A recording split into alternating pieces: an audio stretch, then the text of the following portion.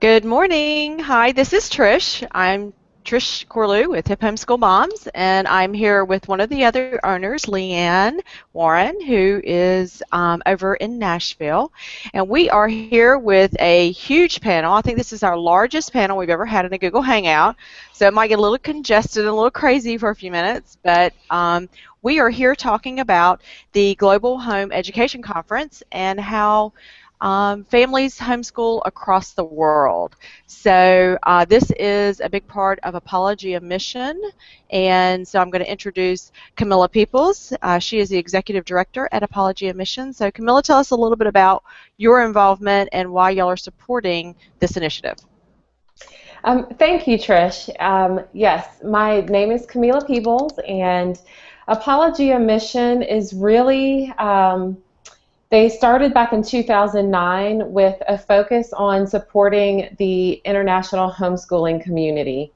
And primarily we exist to support homeschoolers abroad, including our U.S. military families, missionary families, and other international citizens, by offering curricula, resources, and encouragement to help them homeschool successfully. One of the things that we realize and understand is that in other countries, the resources that we have so readily available here in the U.S.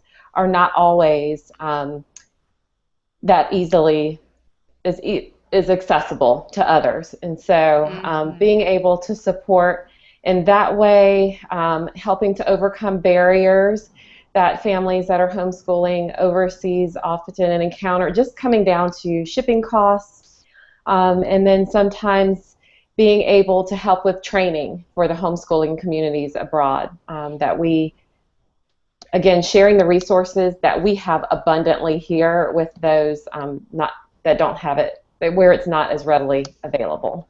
So. It's such a blessing. And one of your initiatives is supporting the Global Home Education Conference. And I'd like to introduce y'all to Debra Bell. Deb is the vice chair of the conference this year. So Deb, tell us about how you got involved and what this conference is really about. Thanks, Trish. I've been speaking internationally now for a few years, and through that I've met some international leaders, and it led to an invitation to join the Global Home Education Committee or Conference Board, and I've been a part of the team planning our get-together in Rio next month in just a few weeks. And primarily I was brought on the board by Mike Donnelly, who's with us here this morning, and I'm going to let Mike talk a little bit here about the Global Home Education Conference, if you don't mind. Mike, you're going to have to unmute yourself. So while he's okay, Mike is the director of global outreach at HSLDA, and he's on loan to the Global Home Education Conference Committee, and he's a homeschool dad of 7. So Mike, do you want to tell us a little bit more about the conference? Well, I'd love to talk with you about the conference. This is the second global conference that HSLDA has been involved with. In fact, I think it's the second global conference that's ever happened where homeschool leaders and other interested people have come together from all over the world. The last time we met was in Berlin, Germany, where homeschooling is persecuted. We had over 200 people there, and we'll be meeting in Rio de Janeiro in Brazil in just a few weeks, and a number of the people on this call here will be there. We're very excited about it. We're so excited about Apologia's partnership with us and support of the conference. We couldn't do it without the support of our sponsors, and Apologia is a very important sponsor for us. The global conference we're holding in Rio is a leadership conference. It's mostly for leaders, policymakers, researchers, and other people interested in home education. And what we're really trying to do is to advance the freedom of parents to homeschool. You know, in the United States, homeschooling is legal in all 50 states. It wasn't always that way. Several decades ago, parents who wanted to homeschool their children faced very real threats from the authorities, social workers, truancy officers, the pioneers in the United States and homeschooling. They had escape plans, and they had to draw their curtains during the day and hide and pretend they were taking their kids to school, and then sneak them back in through the garage. These are the dark days of homeschooling in the United States. Deb, you remember those days. But, don't date me. Don't date me. Well, you're one of those early pioneers, Deb, Okay. and you know. So, but and so here in the U.S. we take a lot of our freedom for granted, I think, and that's not the case in a lot of places around the world. In Brazil right now, there is an active discussion going on. In fact, just yesterday I talked with some people in Brazil, and one of our colleagues on the organizing board sent me an amicus curiae. That's a legal brief that was signed by 18 out of 26 of the state prosecutors in the states in Brazil against homeschooling. Oh, So there's a fight going on in Brazil. There's a fight going on around the world. And one of the reasons we're going to Brazil is because of this. We want to help homeschooling communities that are just getting started, like the Brazilian homeschool community, where homeschooling is growing. It's becoming increasingly popular.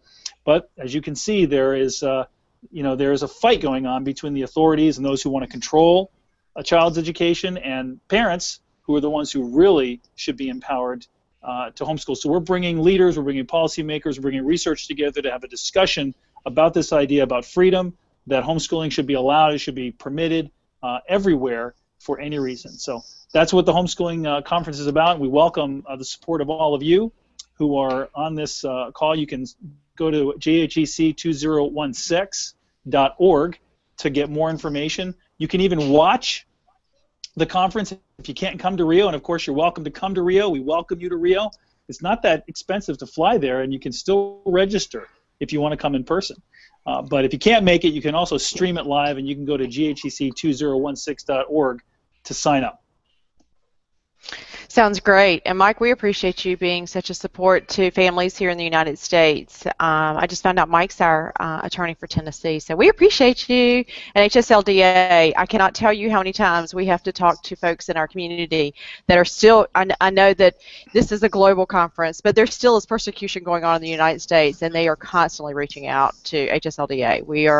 We have y'all on speed dial, so to speak, in our group. So thank you for your support there. Well, we appreciate your support. Couldn't do it without you. And you're right, there are a lot of things going on in the United States. You know, in Ohio, 2 families are facing jail time even today just because they missed not a deadline, they just had paperwork issues. So there are people in this country who want to control and oppress homeschooling. So, you know, we need to stick together, because if we hang together, that's right, we can be stronger. I agree. So, Deb, we have a whole group of people here from across the world. So why don't you introduce some of these folks and let us find out about how homeschooling actually takes place across the world. Yes, we have, Trish, we have guests who are joining us from Canada, Mexico, and Russia this morning. And I'm going to go to Canada first because Diane Croker, who is in Manitoba, is a homeschooling mom there and homeschool graduate. And she's got to get back to her family. So Diane, welcome to this Google Hangout. Tell us a little bit about yourself. Hi, I'm Diane, and we come from the bitterly cold middle of Canada. It's often minus 20 or lower Celsius. Like a mild day where we go out in our sweatshirts and without mitts would be 0 degrees, which is the freezing point. Wow. You can see behind me is baby Lee, Karen, my 9-year-old, Rhea, my 7-year-old, and my mother. Baby Lee just had a diaper change, so he's not happy with life. And he's off to the doctor with me in a couple of minutes. So, yeah, we have homeschooling here, and it's, as far as the legalities go, it's a wonderful place to live. We have a lot of freedom. We just have to report to the government, notify the government, sorry. We don't like the word report. 3 times a year. And otherwise, we use the curriculum we want.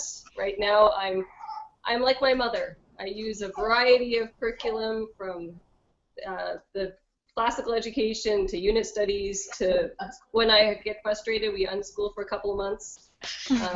Erin, what do you call unschooling? Learning by life. Learning by life. There you go. There you go. Sometimes she's like, can we learn by life again? And so we occasionally have what my girls call a homeschool fair. and they There really you enjoy go. that. And So does it sound like a lot of persecution? Does it sound like you really have a lot of freedom up there? You sound almost like the United States, correct? yeah, in Manitoba, it's very free. It varies province to province, as it Okay. varies from state to state. Yep. In Quebec, my mom can maybe mention that a little bit later, it's not nearly as free, and there's a lot of people being persecuted. There's a lot of people with lawsuits against them, and HSLDA is working very hard with that group of people. So it varies. Alberta, they get funding, but with funding comes strings. That's right. So they have to have a teacher approve their curriculum, and they have to report in and do testing and all kinds of things like that. So it depends on where you live. In Manitoba, we've been very blessed by an organization that fought for us many years ago and made sure that the laws stayed fair and open so that we can teach as each parent decides is best for their family. Wow. Is it common? Are there a lot of homeschooling families? Do you have Quite a few. co-ops? Yeah.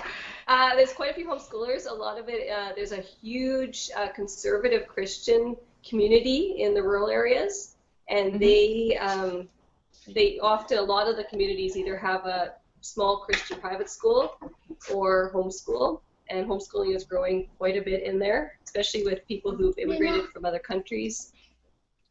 And for them, the language, they want to teach in their own language. Yeah.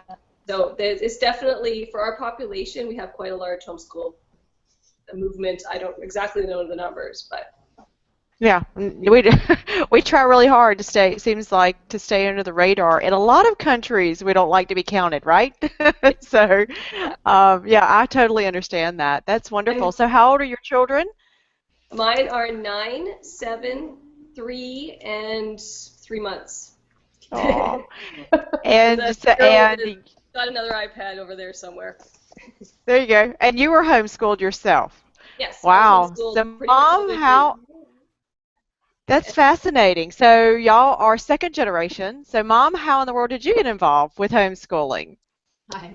So, you're one of the pioneers up there. That's right. We started homeschooling in, let's see, you were born 82, so add 6. Just telling on you. 88, yeah. We had no idea there was such a thing as homeschooling when we started. Before we started, a friend of ours was struggling with some issues with her children and ordered a book from Focus on the Family, like half of the pioneers of homeschooling. They heard the talk on Focus on the Family, and they ordered the book, and they said, oh, you might be interested in this.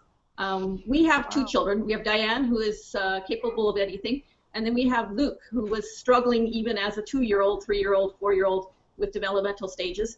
And so she lent me the book, and we decided to homeschool mainly because of him and what we had read from the Moore books. We felt that he would benefit from that one-on-one homeschooling situation, and it has paid off. He still has learning difficulties, but he is living independently and drives a car and has a job and is doing very well for somebody who struggled through all the way through. And what I really appreciate about the homeschooling for him is that he does not worry about, or he does not think that he has a problem. He knows that he struggles with some areas, but he doesn't have a label. And I find in the public school, kids tend to get a label very early and think they're dumb. He still thinks he can do anything. He may not be able to, but he does try because he's not afraid to. Whereas Diane, she didn't struggle with any of it. She was one of those kids that you just handed the books to, and she basically taught herself. I didn't do much in high school. You're a blessing, you know. Because when we have one that's hard, it's really a blessing to have one that balances it for us. It was very interesting. Like I still did the co-oping type thing with the local group. We lived in a small community, so there were about 5 families that got together regularly to do things together. But we didn't really have a co-op like they have access to in big cities. We would get together maybe once a month and share our skills. Her piano teacher was another homeschool mom who turned out to be her mother-in-law. Also the person who grew up. My gosh. And the lady that gave me the book.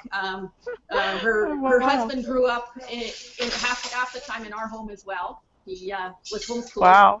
Yeah, and so he went from being my son's best friend to being her best friend.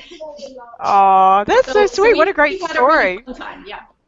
And then we've That's been involved in the fantastic. homeschool leadership all the way through, basically from the time she was in grade 2, and with Manitoba, and then eventually internationally, and or yeah, nationally and then internationally. So we have attended the HSLDA conferences for leaders, and found that very beneficial both for the leaders and for the youth. When you have young people that attend those conferences, they become more interested in continuing the homeschooling as well. And so that's why I have 4 homeschooled grandchildren. There you He go. doesn't get homeschooled much yet. So it's been a good journey for us. Deb, did you have any other questions you wanted to pose to them? Well, I know that Diane needs to go, so I think that perhaps we should let them go at this time. Trish. Well, it's great meeting y'all. Thank you so much for participating and giving us My a mom will view stay, of. but I'll be heading out. Oh, good. Okay. I'm always nice to meet all of you. You Thank too. you. God bless Diane. Yeah, thank Yes. you. Oh. I'm also looking forward to attending the Global Homeschool Conference in Brazil. Yes. Gerald, my husband, is the chairman of the board for organizing the conference, and we get the privilege to attend, and I'm looking forward to experiencing a new culture and a new country. I've never been there, but also meeting other people from all over the world. We went to the Berlin conference a few years ago for the first global conference, and we really enjoyed the opportunity to realize how similar we are, even though we have different cultures and different languages. When we homeschool, we are kindred spirits. Very much so. I agree. Well, glad you're going to be here with us for a few more minutes. So, Deb, would you like to introduce the next person? Yes, we have Mariana Solano, who is from Mexico. And Marianne, you're going to be joining us in Brazil as well, and you're a homeschool graduate. Do you want to tell us a little bit about yourself and your family? Thanks. Yeah. Sure. Yeah, I went to school until 5th grade, and then my parents told us kids, there were already 4 kids in the family, and they told us that they were going to pull us out of school. And I thought it was great, but I didn't know how hard it was going to be because I didn't really know my parents, and I really disliked my brother. We were very close in age. And so it was very hard. For the first 6 months, it was super hard, and I don't know how my parents survived the first 6 months, but they did, and I'm so happy and blessed that they pushed through.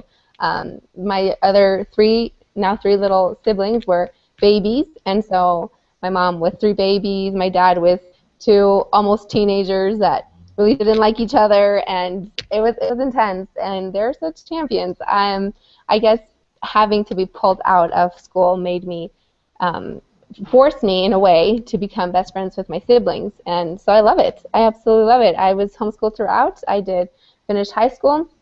I love traveling and learning different things. I love studying, and so I couldn't fathom being in a university in 4 walls for 4 years, which my brother did, and he loved it.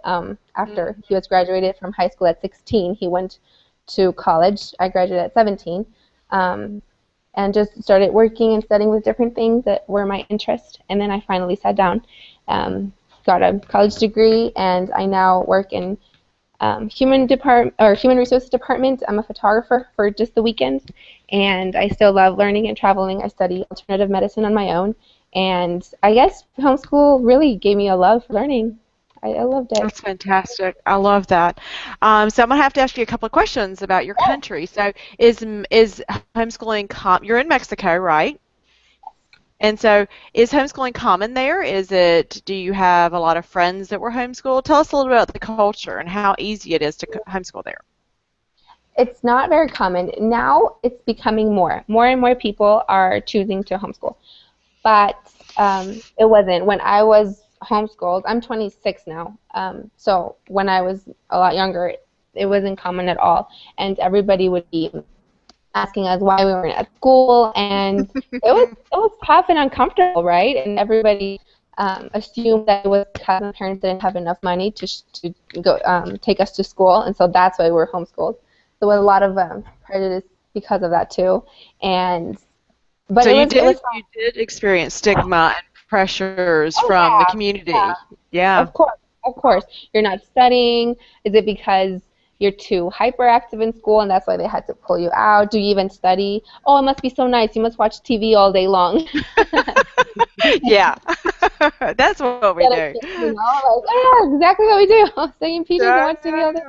Uh-huh. Um, So how and involved so, was the government? Was the government was it easy for your parents to homeschool from a yes, government? the government was not involved, or is still not involved at all. It's hard for us to get certified or for our studies to be validated with the government. We take 3 tests, one for elementary school, and then we have to wait without any card or validation of any sort, and then we can validate all of our middle school studies and then high school studies at 18.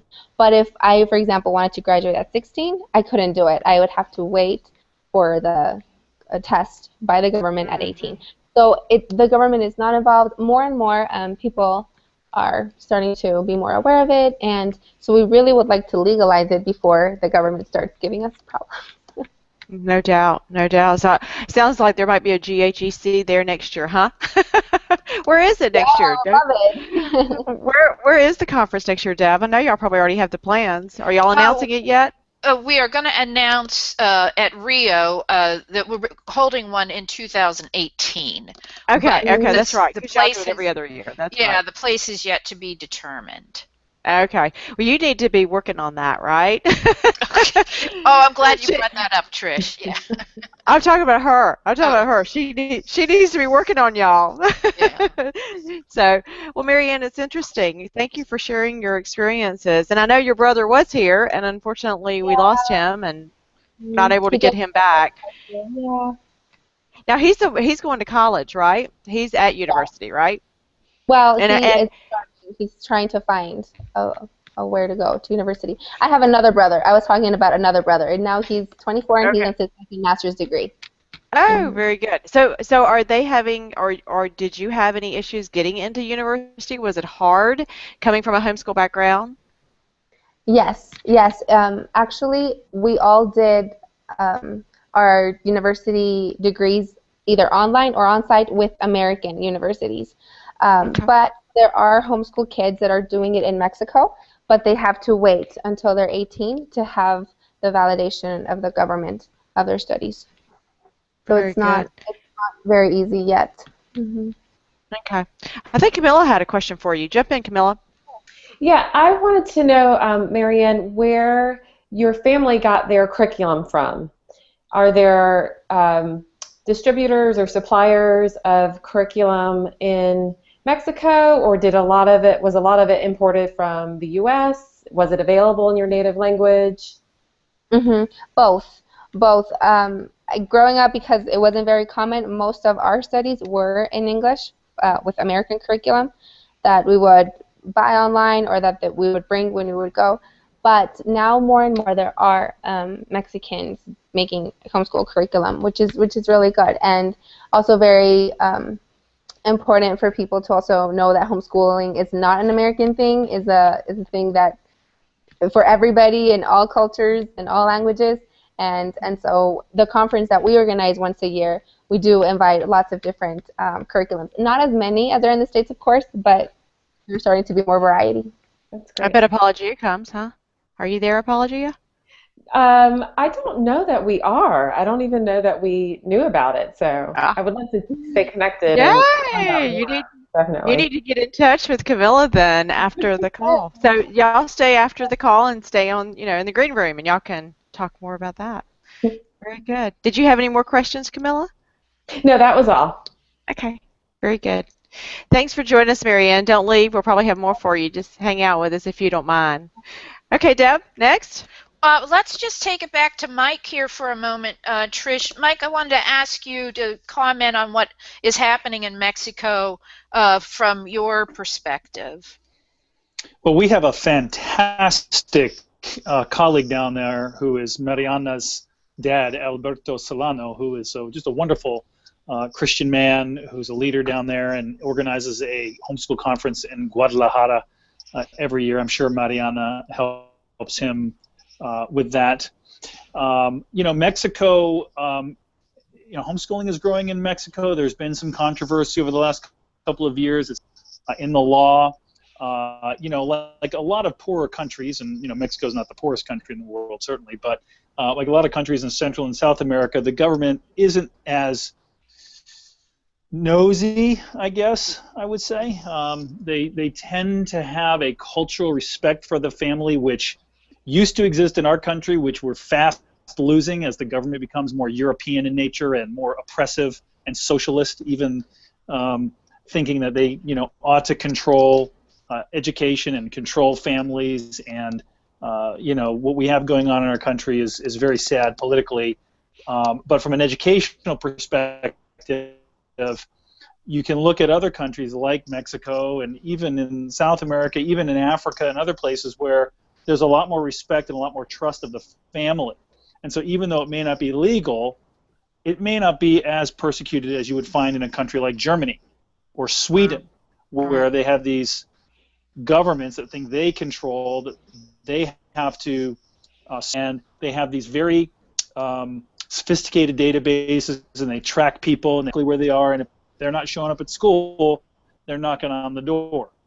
And that's where we're going in this country, sadly, unless we do something about it. But that doesn't exist in countries like Mexico. They want kids to get an education, and they certainly they're not enforced to the same level as they are in countries like.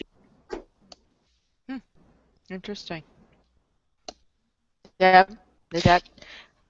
Yes, are we ready for our next guest? Sure.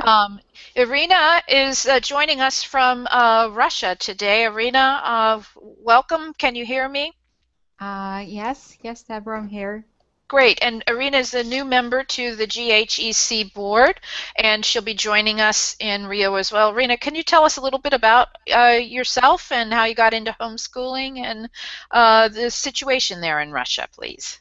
Sure, with pleasure.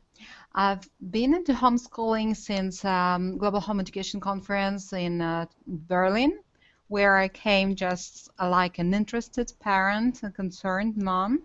And that was the place where I got totally converted to homeschooling, especially after I saw the kids who were homeschooled, how they behave themselves. It impressed me greatly.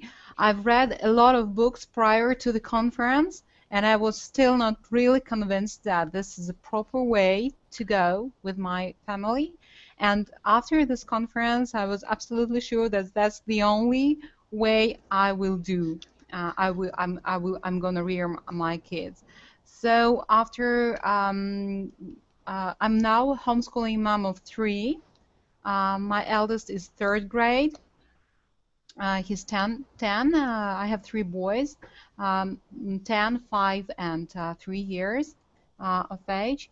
I'm honored to be invited by Mike Donnelly to the board. I've been speaking internationally recently and at WCF, World Congress of Families events, where I met Mike, and we've been discussing with him this conference. Here locally, I'm involved as an advisor with the Russian Orthodox Church on home education issues, home education development issues. We have a very interesting situation here in Russia as homeschooling. We're enjoying relatively good, favorable conditions in terms of homeschooling, as the federal law does not specify in which form we have to report. So that's surprising. Wow. So there are options. Some people are taking exams like each quarter who are homeschooling with local schools. Some of them doing once a year, and some people they don't do at all. But if you don't do it all, you cannot be guaranteed that there will be no inquiries from authorities who are not familiar with the issue. They don't know that it exists, and they can be surprised that it's legal to homeschool. So there might be some tensions, but the word is spreading around, and that's the part of my involvement, that we are trying to educate as many Christians, Orthodox Christians, as possible about homeschooling because the awareness is very low among Christians. And surprisingly, most of Russian homeschoolers are not Christians. They're like leftist people. We have about approximately 50,000 homeschoolers now. Wow. Which is not a lot for a country like Russia, but it is quite something. So very few people have ever heard still about homeschooling, and of course we have no curriculum, zero available. We are pioneering, and so I'm working on curriculum myself, and I also initiated one-day school with gymnasium, local classical education gymnasium, who are supporting us in terms of Latin and Russian and English literature. Wow. So are you pretty free as far as the type of education that you choose for your children? For instance, we're talking earlier with Diana. They were talking about using unschooling, which is a very relaxed style of homeschooling for periods of time, and then they jump back in and are more focused on hitting the books really hard or going classical. Do you have that option? Do you have the luxury of choosing your... We have people who are unschooling because our federal law, it does not require, it doesn't say that there are tests which you have to take until the high school. Wow. But it doesn't say that but it doesn't say that you are free from them. So it depends on how local authorities understand it, right? So is it governed? Is it governed federally then in Russia? From the larger government, the Russian national government, or is it by it's regulated by federal government, educational issues, So some people are unschooling, but local authorities, they might not know about this, but local authorities are in control of all this, children rights. So they can get excited about why children are not at school, you're not providing education and things like that. But so you have to go to court with them and say that no, I can homeschool, and because it comply with federal law and things like that. But is that common? Do y'all have to do that regularly? There are some issues, not a lot of them, but there are some, especially in the regions. So in Moscow and large cities, local authorities, they are more or less they're familiar with the issues, but rural areas they've never heard, and they get shocked that is possible, especially after Soviet Union, where people had this appreciation that the government has to control everything, so socialistic approach, very strict, and they couldn't imagine that someone can just homeschool. Right. I'm surprised. So I'm glad you joined us. That's fascinating. Deb, I'm sure you're going to ask Mike to talk about Russia, right? So yes. Yes, I'm going to. You pick up fast, Trish. But I want to say goodbye to Mariana, who has joined us today, and now she needs to go. But Mariana, thank you so much for joining us and taking time out of your day. And we'll see you in Rio. Thank you. Mike, do you want to comment on what's going on in Russia and perhaps Eastern Europe? What kind of involvement is HSLDA had there? Well, I want to say how delightful and pleased she is a real champion for homeschool freedom, not just in Russia but around the world. As she noted, she has been a real international advocate for homeschooling. And we are so pleased to have her as part of the board of the organizing conference, and so grateful for the work that she and her husband, Alexei, are doing to advance freedom in Russia, but wherever they happen to go. So thank you for that, Irina. I've been in contact with people in Russia for many years, and the first time was back in about 2010 when HSLDA had some contact with a couple of Russians And when they told me that homeschooling was legal in Russia, you could have pushed me over with a feather. I know. I'm I never shocked. would have imagined in a former communist country like Russia that you would have such a robust and free community of homeschoolers. And so, we got behind a gentleman there who Irina knows very well, Pavel Parfentiev, schooling in Russia, and is very active today in defending families and helping to advance an understanding that homeschooling is legitimate, it's legal, it's possible in Russia. Because there are very many people who don't even in Russia know that homeschooling is an option that they can do with their children. And the support from the Russian Orthodox Church is very, very helpful because it's the largest church in Russia. It's very influential. And so I'm very pleased that Irina with Father, Dmitry Smirnov, who's one of the chief patriarchs in the church, a great, great man, very funny older gentleman who understands home education. He gets it like we get it. It's about teaching our children what's really important. And so to have the support of the Russian Orthodox Church, I think, is very helpful, not only in Russia, but I think also through Eastern Europe and other places where the Orthodox Church has influence. So I'm excited about Russia being an example to countries around the world. I mean, if Germany oppresses homeschooling, but Russia, it's free. What does that tell you? I know, that's crazy. It's such an oxymoron. I never would have thought it. So I'm so glad Irina was with us today so she could enlighten us, because I'm like you were. I was blown over. Really? So thank you for that. Okay, so Deb, talk to us a little bit more about Global Homeschool Education and the conference. And I know you're not going to tell us yet where 2018 is, but tell us more about it. Tell us who participates and what are some of the conferences that you actually host and the things that you discuss there.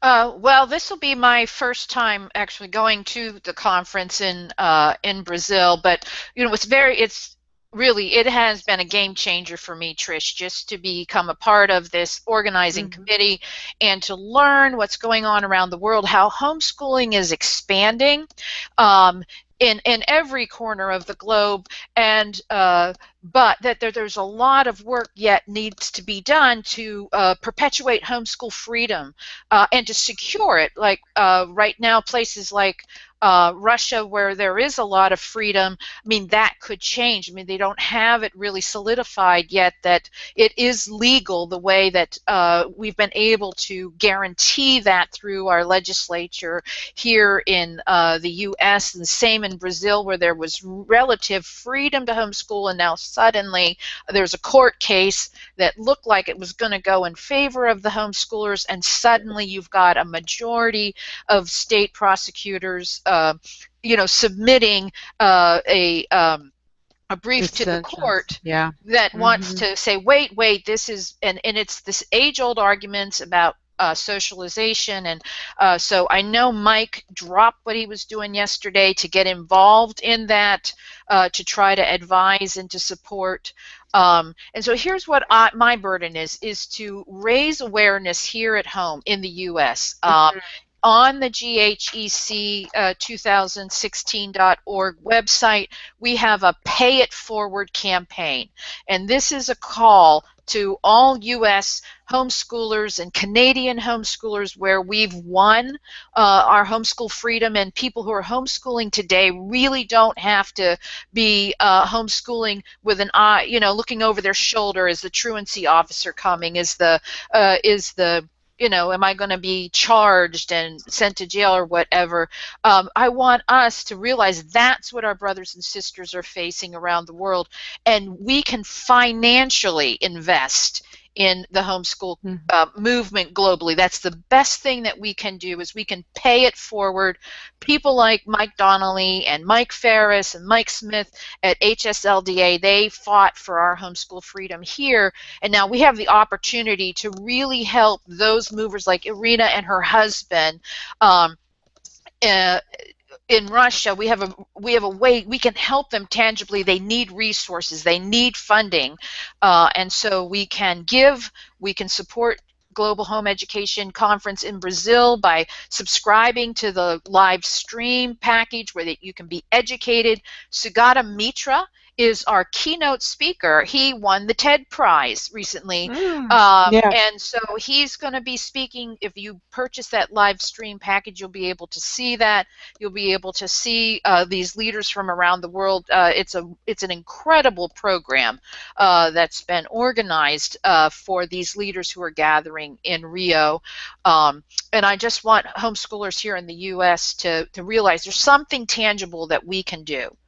We can get behind what GHEC is spearheading. Very good. Mike, did you want to add anything about how the Global Home Education Conference came to be? This is Deb's first. I take it this is not your first. So tell us about what's discussed there. What's on the agenda? What might we get when we subscribe? Well, Am I putting you on the spot? List of speakers. You heard me? Never put me on the spot. Yeah, sorry. I know. No, I'm always ready to say, I'm always ready. Yeah, there you go. That's right, we're always ready. We live on the spot. That's right. We've got an unbelievable list of people who are coming to speak. Deb, Mike Ferris is going to be one of the speakers, and there are a lot of American people, but there are a lot of international people who are going to be there. Congressmen from Brazil, lawyers from Brazil, Mexicans, Andrew Pudua. Some of you may know Andrew Pudua is a homeschool curriculum provider here in the United States, Institute for Excellence in Writing. We're going to have Lee Bortons and Robert Bortons from Michelle Eichhorn from Apologia is going to be there. I think the Apologia president is going to be there. Just, people from the Philippines, from Germany, from France, from Canada, from Spain. Russia. Yep. Looking here, Spain, Brussels, Sweden, South Africa, East Africa, Kenya. Wow. We've got, just a tremendous list of people coming, some speakers from the United States as well. Spain, Australia, Taiwan, China, from all continents. It's going So what are they going to be talking very about? exciting. Tracy Klicka also. Well, they're going to be talking about a whole bunch of a pre-conference schedule lined up, which will be for leaders. So if you know people who are leaders in the homeschool movement, there's pre-conference sessions on Tuesday, March 8th and Wednesday, March 9th, talking about how do you start an organization, organizational models, how do you put ideas into action, how do you lobby your legislature effectively, how do you finance an organization. Then for families, we are going to be ministering to families in Brazil, so we'll have a number of Brazilian families talking with them. Why should you home educate? Why is home education presenting on that panel? They're going to be talking about some practical issues for Brazilians, talking about home education and faith. Andrew Pudua is going to do a workshop on developing language skills in your homeschool, a very appropriate thing to be talking about at an international conference. So that's just the pre-conference workshop. We're going to have conversations talking about whether homeschooling should be considered a human right. How should the state be involved in regulating? Should it be involved in regulating? We're going to be having a great plenary session on Saturday where we are going to hear from about 10 or 12 homeschool leaders. What is it like to homeschool in all these different countries that people are facing? What are the issues that families are facing?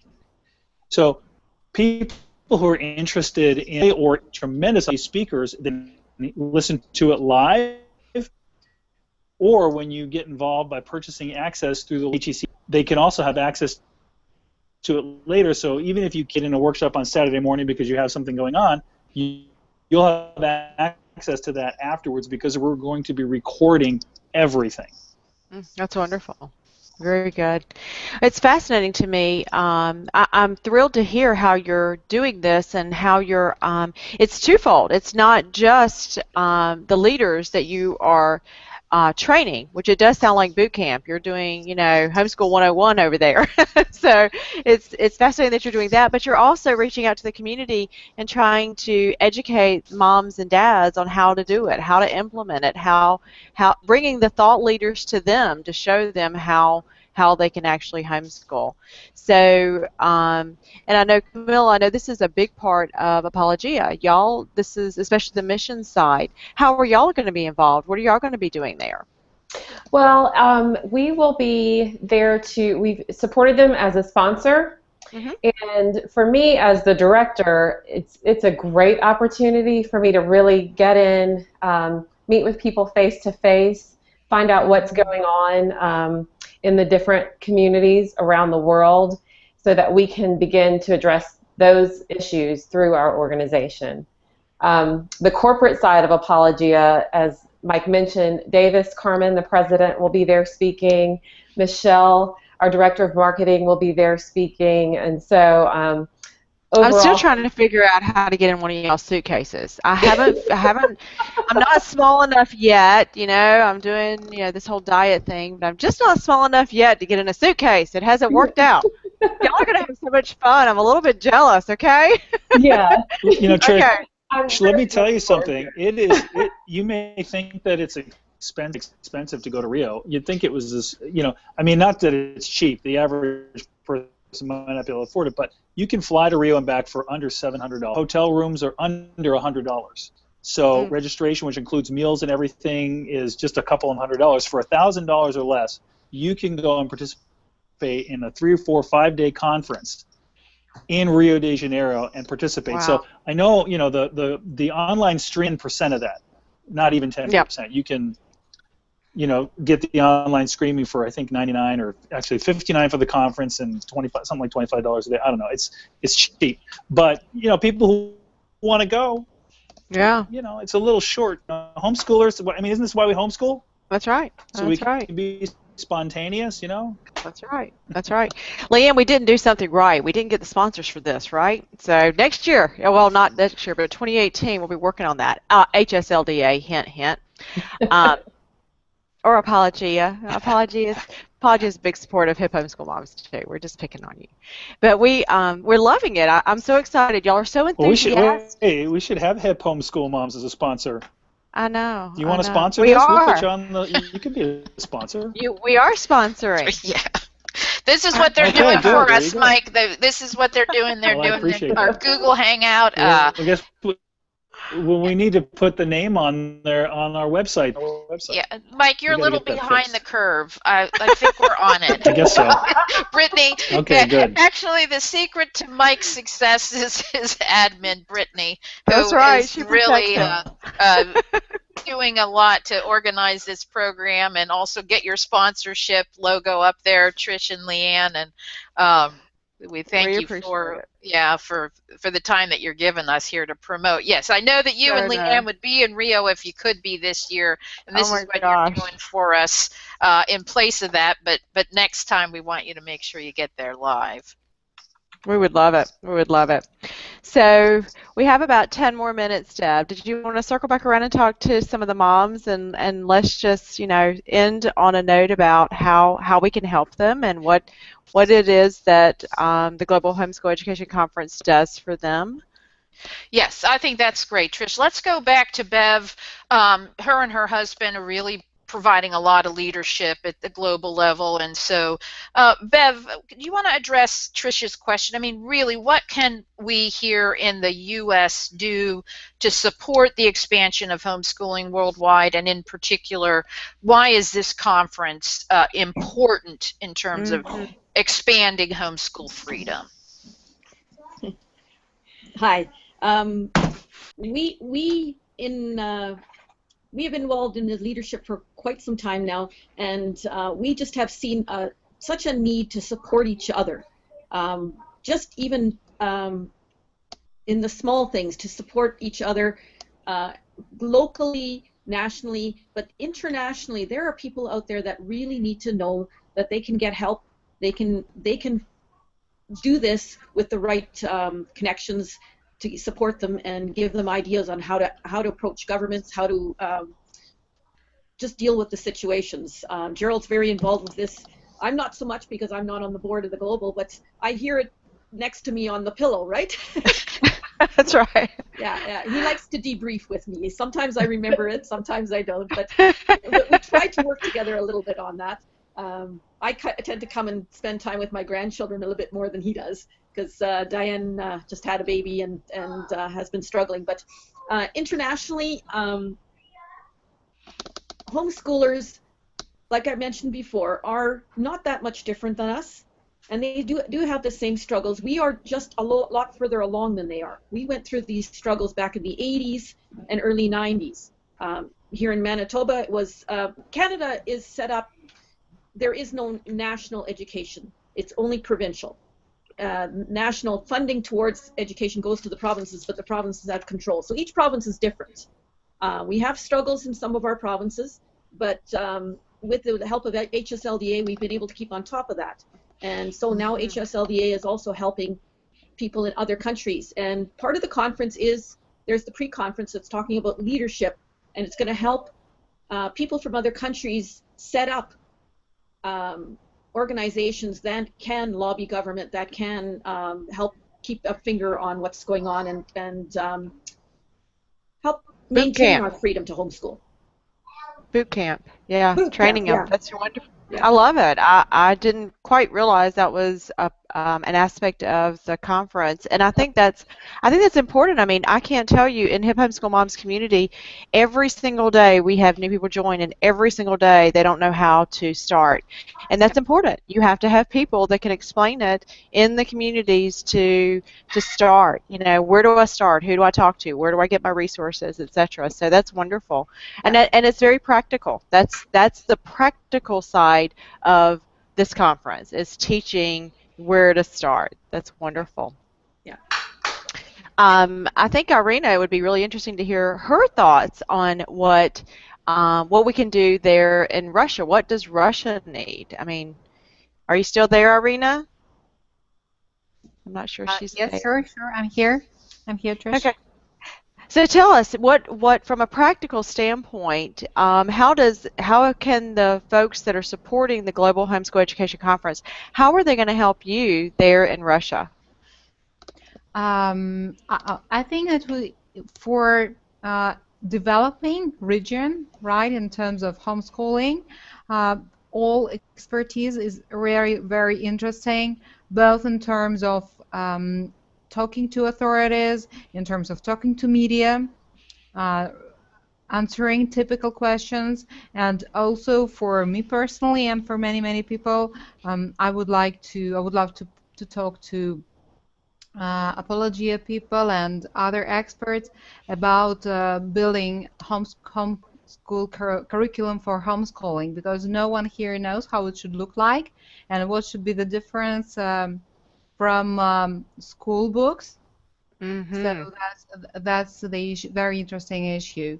Also, we have a lot of parents co-ops starting, and the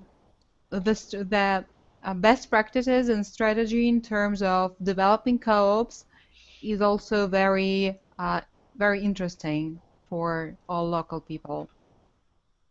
That's fantastic. I'm so excited that this conference even exists. I didn't even know about it till Deb started talking to me about it. So I appreciate the fact that we have learned about it and we can help spread the word about it, because I'm sure there are a lot of folks in the United States that are not familiar with it.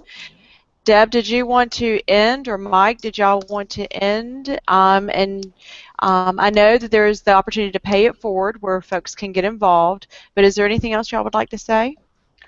I just want to say, Trish, thanks so much for doing this. I mean, this is all that we're asking, is for everybody to do a little bit what they can do. And I think you've caught a bit of a vision here today for what God is up to globally, you know, and the homeschooling spreading. You know, when I first heard about homeschooling, I thought, this is another crazy fad that Christians have come up with, like prayer plants, you know. I mean, and I can remember saying, like, please, Lord, don't call me to homeschool. And you know what he did? He called me to homeschool, and it wasn't a fad; it's a trend mean, I just think that this is a movement. It's a part of a larger movement of God, just spreading the gospel globally. And so we here in the U.S. can be a part of it. So thank you, Trish, for just spreading the word. And I think whatever people can do to educate themselves, especially thinking about, you know, what their lives would be like if they did not have the freedom that they currently have, and recognizing that that didn't happen in a vacuum, that That's right. other people went to bat for them, and that's who's coming to this conference. You know, people like Bev and Gerald in Canada, and Irina and her husband in Russia, and Alberto and his wife in Mexico. I mean, these are the pioneers who are going to bat right now. I mean, they are setting aside their own personal time and the leisure that we enjoy here in the U.S. to fight for the rights of not just their families, but the citizens in their country. And so even $10, $25, I'm not ashamed to turn this into a fundraising pitch, because that's really all. Anything that you can give, you would be surprised how we have really worked to make this conference affordable. We have funded where we can through scholarship these international leaders getting there. I mean, they do not have any grassroots organization to appeal to for funding, but we have it here. So thanks so much, Trish, and I'm going to let Mike have the final word here, and I'm done. Thanks. I can't say anything more than that, Deb. Thank you for your leadership and your excitement and support. And to all of you who are part of this, you know, HSLDA is proud to be a sponsor as well. And we couldn't do it if we didn't come together and support one another. We've been blessed with great freedom here in the United States, and we need to remember that freedom isn't free. We need to fight for it here, and we need to advance freedom elsewhere, because, you know, when we fight for their freedom overseas, we are strengthening our own freedom here at home. And so thanks, Deb, for your remarks. I welcome the support of everybody who hears this. You can support us if you just want to make a contribution, or you can actually benefit by participating via the live stream. So go to GHEC2016.org. You can click on the live stream there. You can click on how you can help and be a part of this global movement for freedom. Well, I have one final question. I think that there's opportunities in the United States for leaders across the United States as well. How would somebody in the United States that might want to become a state leader or a community leader in their area, how do they participate? Who do they reach out to? Is there somebody that they might reach out to learn more about how to get involved? Do you mean get involved with the global conference? Or just and generally? Helping. Well, and helping. They can contact me. Okay. You know, we welcome their contact. If they go to GHEC 2016, we have a link there they can click to email to get involved. How can I help? There are all kinds of things that people can do.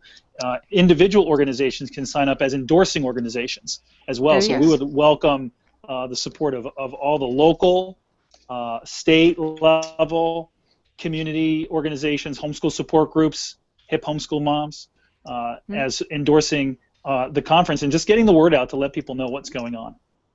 That's great. You mentioned it being that freedom's not free, but I look at homeschooling a little bit as being a revival. I think I was surprised when Irina mentioned that in Russia that it's not the Christians that are homeschooling, that a lot of the secular folks are the homeschoolers. So there's lots of opportunity there too, but I really do believe this is a revival of and how we're going to turn America around and, like you said, bring freedom across the world. So thank you guys. Thank you for doing what you do and for sharing your gifts and your talents across the world to help other homeschoolers be able to afford the luxuries that we have, even though it's a battle. But we do appreciate every single one of y'all on this call, and we hope that if there's anybody out there that y'all have any questions, every one of these folks on the call would love to help you and help you get involved. So thank you again. I'm jealous. Y'all send lots of postcards from Brazil, and we'll maybe be posting. Yes. We'll post Okay. on Hip Homeschool Mom's website, all right? That's right. And we're having a party tonight. Our pictures We're at having the beach. That's right. We're having a party in the Hip Homeschool Moms community tonight to have a little bit more discussion about the Global Homeschool Education Conference. So if you're part of our community, be sure to be in the community tonight. If you're not, you can find us on Facebook. It's Hip Homeschool Moms Community. Thanks so much, guys. Y'all have a great trip. Know that there are lots of us back here jealous that are, green with envy, but we'll try to dial in or something so we can at least get involved. But y'all have a great week, and thanks again for participating. We'll talk soon. Thank you. Thank you. Thank you, Thank you. Trish. Thank you, Bye. everybody. Bye-bye.